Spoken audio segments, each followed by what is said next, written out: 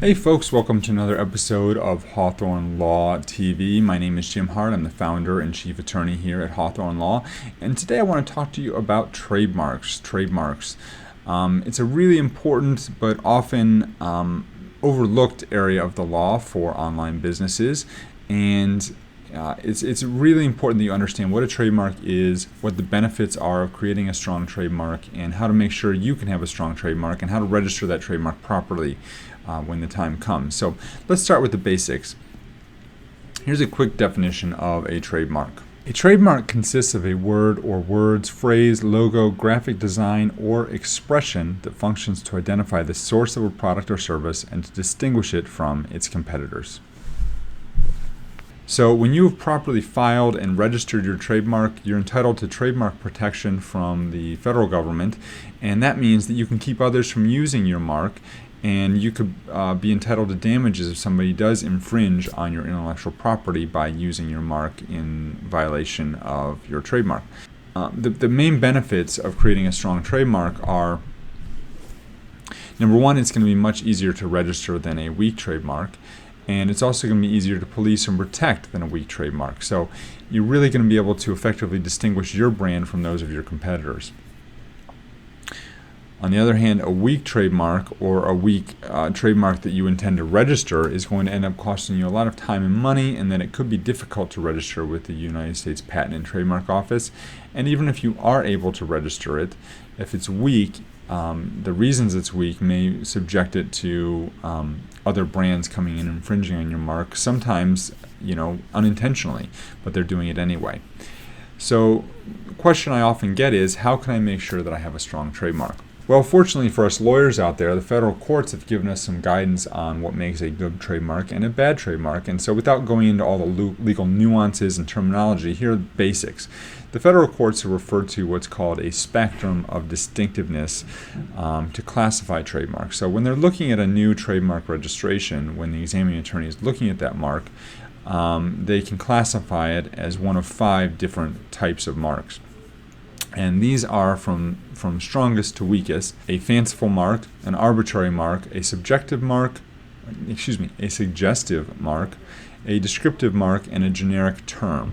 So the strongest trademark that you can file is a fanciful mark. A fanciful mark is automatically going to get registered by the United States Patent and Trademark Office because, and this is assuming, of course, that nobody else has claimed it. These are marks that have no inherent meaning in themselves. They're basically adopted for the first time by you.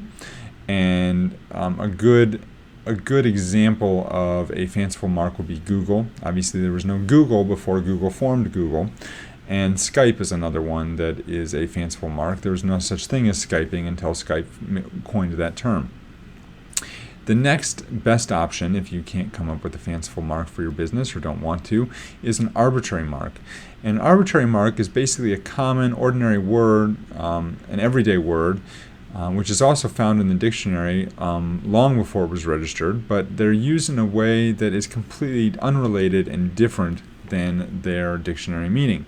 The most commonly cited example of this is Apple. Obviously, Apple is a computer company. It's not a company that sells apples, and it's a great name for a computer company, but what makes that interesting is that it would be a terrible name for a company that did sell apples. So arbitrary marks are also going to be likely to be registered without too much difficulty with the trademark process. The third type of mark is a suggestive mark. These are terms that tend to suggest the nature, quality, or characteristic of the goods and services that it represents. Examples of suggestive trademarks include brand names like 7-Eleven or car names like Jaguar or Mustang. The next classification of marks is going to be descriptive marks. Now now we're starting to talk about marks that are going to be more difficult to register, and descriptive marks generally are not going to be registered because they have a dictionary meaning that is directly related to the products or services that are in commerce.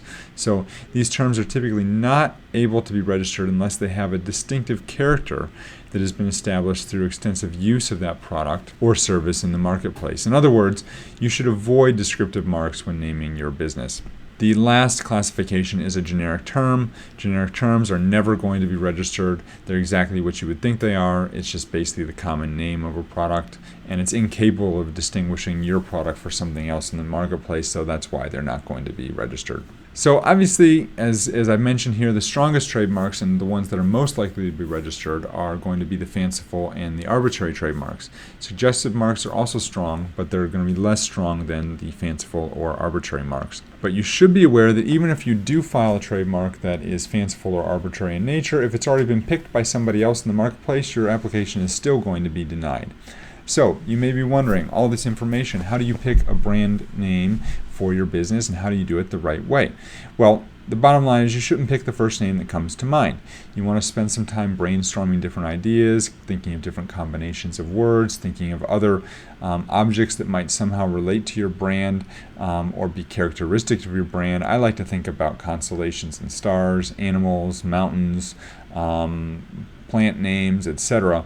All these things are good examples of things that might be relevant, or they might possess qualities that are good for your brand. So when I named Hawthorne Law, I named it after the hawthorn tree, because a hawthorn tree can withstand the elements over many years and can come with the good and the bad, and it's a very strong tree, and that's how I think of Hawthorne Law to be. I think it's a law firm that's going to be with you through the thick and thin, and we're going to help to protect you regardless of whether or not you're going through good times or bad times.